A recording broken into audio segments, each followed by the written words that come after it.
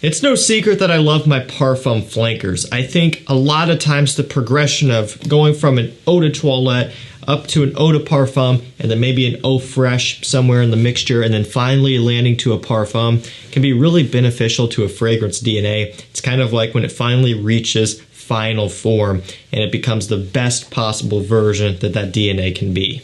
Because they get to take feedback into consideration, sometimes if they even care about consumer feedback, but ultimately they just get to keep swinging the bat, they get to keep tweaking the DNA, and you end up with the final product that is going to be the most refined and usually the best performing. And today I want to go over 10 of the strongest, most powerhouse beast mode, best Parfum flankers that are available on the designer market and actually the niche market as well. I snuck one of them in, but it's an affordable one.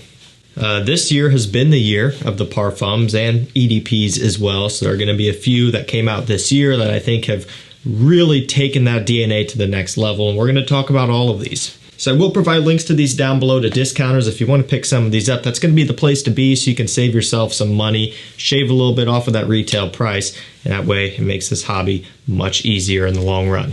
Deals will be on my community tab, posting over there all day long, every day, but let's go and get right into it. I want to start off with Tom Ford Noir Extreme Parfum. So the original came out quite a while ago, several years ago at this point, and it's a really, really unique kind of gourmand, sweet men's scent.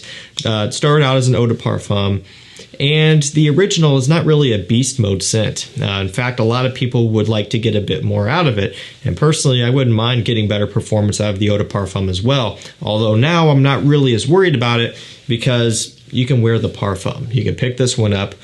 You still get that original DNA, but what I like about this one better is the leather accord in here. It comes through really strong right off the top. Ultimately, this one is a little bit more masculine. It's a little bit more kind of focused on this depth behind it, some wood, some leather, rather than just being all sweetness, kind of like the original.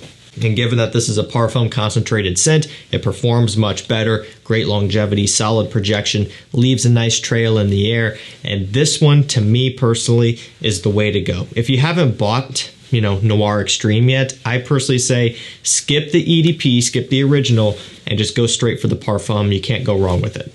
We'll knock that niche scent out of the way real quick. This is a no-brainer. Intense CEDRAT BOISE by MANCERA. So this one here is the first ever straight flanker from MANCERA. Now, MANCERA has put out a ton of fragrances. They're still continuing to pump them out, a couple a year it seems like, sometimes more. And so they're all EDPs, and they're pretty much for the most part all very strong to begin with. But they went ahead and circled back to pretty much their bestseller, the one that really kind of blew them up, or one of the few that did. It is definitely CEDRAT BOISE. They came back with an intense, a full straight de parfum concentration. This stuff is a monster. The EDP is already a good performing scent on my skin, and this one just takes it to the next level. It's a little bit more refined, a little bit more of an oud depth in here, but not too much. A little bit more rich, a little bit more sweet, but still very wearable. This stuff here is amazing, very strong, long-lasting, all of that stuff. And again, if you're kind of between the EDP and the Parfum for CEDRAT BOISE, you haven't bought one yet, get this one. Next up, a scent that I didn't understand the hype about when I first got this in a couple years back. It took a little bit of time for me to really come around to it, and now more than ever have I realized how much I enjoy this scent. It's one that I wear quite often. I just wore it sometime this past week. I just kind of one of those situations where I was down here, I had to pick a scent, and I just picked it up and wore it. That's something that I didn't normally do with this one. It really has taken me a while to kind of really fall in love with it, but it's Armani Code Profumo. So Absolute was an immediate hit for me. Right when I smelled it, it was just the one. I'm like, this stuff is awesome. Profumo took a little bit longer, but now I really enjoy it thoroughly each time that I smell it. It's got tonka bean, it has leather, it has a little bit of this root beer fizzy cola smell to it. It's very unique for what it is. Honestly, I do think it does provide something new to the DNA and just kind of the sweet men scent, even though it's going to be labeled as something that's generic now because it's been out for a while. A lot of people wear it, and a lot of other fragrances kind of do a similar thing to some extent. But this one really kind of put its footprint down in the community, and I think it's really good. Now, this is a Profumo or Parfum concentrated scent. Acqua di Gio Profumo could have been placed in this video as well, although I think overall people generally tend to have better performance across the board from Armani code Profumo. So I threw this one in. Great longevity, great projection, all around a really nice winter scent. Next up, SAUVAGE ELIXIR, new release, and honestly, if I didn't put this in the video, it would have been a complete disservice to the video and also to the scent, because this stuff here is ridiculously strong. It's a Parfum concentrated scent, now comes in a 100 ml bottle, or you can just get the 60 ml like this, which is probably gonna be enough for most people. You don't need too many sprays with this one, definitely less than you do most other fragrances on the designer market. So kind of pick your poison, 100 ml, better price per ml, but at the same time, much more expensive out the gate. So you pick whichever one you think you need. Now this one here has sandalwood, cinnamon, licorice, a bunch of warm spicy notes, nutmeg as well, some nice light woods. It is the furthest from SAUVAGE that you can possibly get while still having SAUVAGE on the bottle. It's a beast mode powerhouse of a scent, 12, 14 hour longevity, strong projection, heavy scent trail. This stuff here is nothing shy of completely unhinged beast mode. I mean, this stuff is crazy. Next up, kind of a blue fragrance that I really enjoy a lot, and I think actually provides something a little bit new to the blue fragrance DNA. It is Polo Deep Blue Parfum. So Polo Blue, believe it or not, isn't really something I would classify a blue fragrance. That came out 20 plus years ago, Polo Blue, and it's not, the Ambroxan style thing. It's just a clean, fresh, out of the shower type of scent, right? Nice and fresh, very easy to pull off. And Polo Blue, Deep Blue Parfum. Now this one here kind of brings in the Ambroxan, brings you in some of the C notes, which is common in the line, some mango, a little bit of a fruitiness, but ultimately, it kind of nods back to that newer style of blue fragrance, but just with its own twist, being that fruity mango accord that you get in here that really nothing else has. And by nothing else, I mean any of the other big blue fragrances. So this one kind of gives you that mass appeal, that versatility of a blue scent, and also you get that great performance that you get from most blue fragrances as well, the Ambroxan bombs.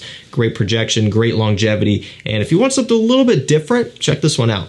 Next up, my favorite EROS fragrance that exists on the market is the Parfum. So I still love the EDT, just a throwback scent. It's fun to wear, it's fun to smell. I love the DNA in general. It's easy to hate on, but I think it's great. I really like it. But when it comes to me choosing which one I want to wear the most, the Parfum has been kind of filling that role for me. Every now and then I'll toss on Flame. Every now and then I'll toss on the EDT. Actually, the Eau de Parfum is the one that I reach for the least. Like, I could do away with the Eau de Parfum. Don't need it. And the Parfum is probably the one I would keep if I had to throw all of the other EROS scents away. I would just kind of stick with this one because it brings back that iconic performance from the Eau de Toilette, which has been tampered with over the years. You still get that just EROS DNA. It's not changed at all like in Flame. And personally, while it is a little bit more expensive, it's worth tossing in the extra 20 bucks or so to get this one, and you'll have better performance, great versatility. It's a little bit more refined. I think this is the way to go. Next up, another new one. We have Hugo Boss The Scent Le Parfum. So at one point there was a Parfum edition out, all black bottle, and they discontinued that one, or it was a limited edition. I'm not sure which one it was. But anyway, you couldn't buy it anymore. That was released in 2017. This one just came out, and they're kind of doing similar things to what that one did. You do get the Maninka fruit, which is very common in the line. You get some woods in here and iris. And of course, the iris is what gets me all excited about this one. And while it's not throwing it into the league of DIOR Homme Intense or anything like that, you pick up on a little bit of it. Nice, creamy, sweet iris, mixing in with that fruitiness and the woods, and a little bit of a sweetness in here as well. Some leather, kind of giving it a masculine smokiness. It's all very nuanced, but all comes together to create something that's very pleasant, very easy to wear, and great performing.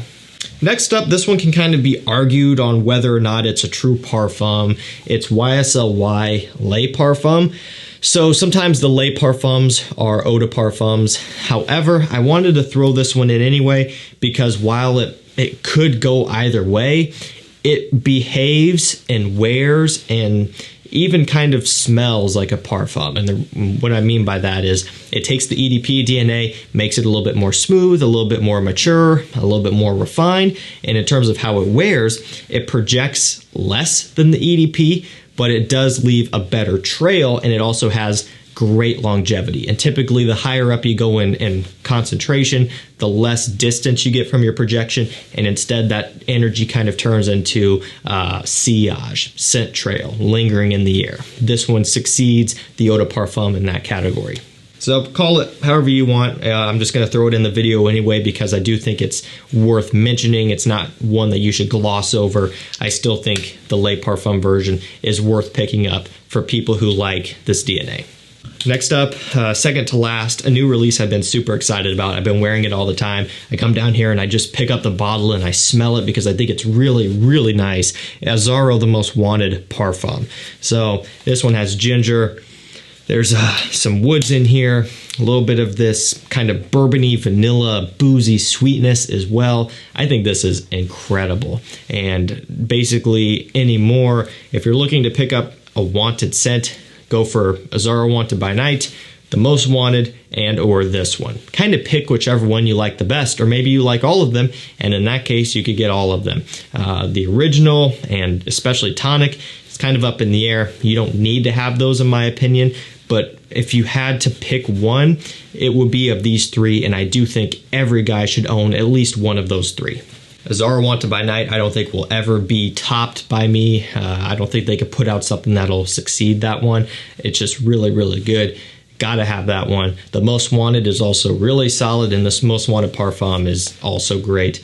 I just love all of them, and this one does perform and wear like a parfum. Great longevity, great projection, kind of fizzy and sparkly off the opening, almost has this grape soda type of smell from how the ginger is compounded here. I just think this stuff is incredible. And we're going to finish this with Fahrenheit Parfum.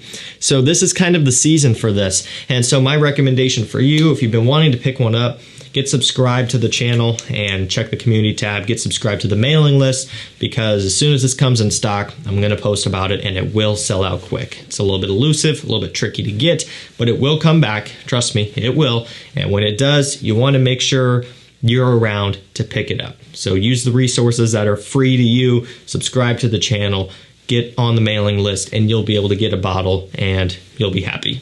Now this one has Violet Leaf. It's got rum, suede, beautiful, boozy take, and sweet take on the Fahrenheit DNA. You still get that freshness, that kind of gasoline, ozonic smell, but again with vanilla, rum, booziness, sweetness, and a little bit of a masculine suede, almost kind of giving you a similar texture as to something like a leather accord would. Really, really nice stuff and great performance. That's going to do it for me, guys. 10 of the strongest, best performing, and must-own parfum flankers on the market. I will provide links to these down below. Deals will be on the community tab. That's going to do it for me. Thank you so much for watching. Stay safe, stay healthy. We'll see you tomorrow with another one. Take care.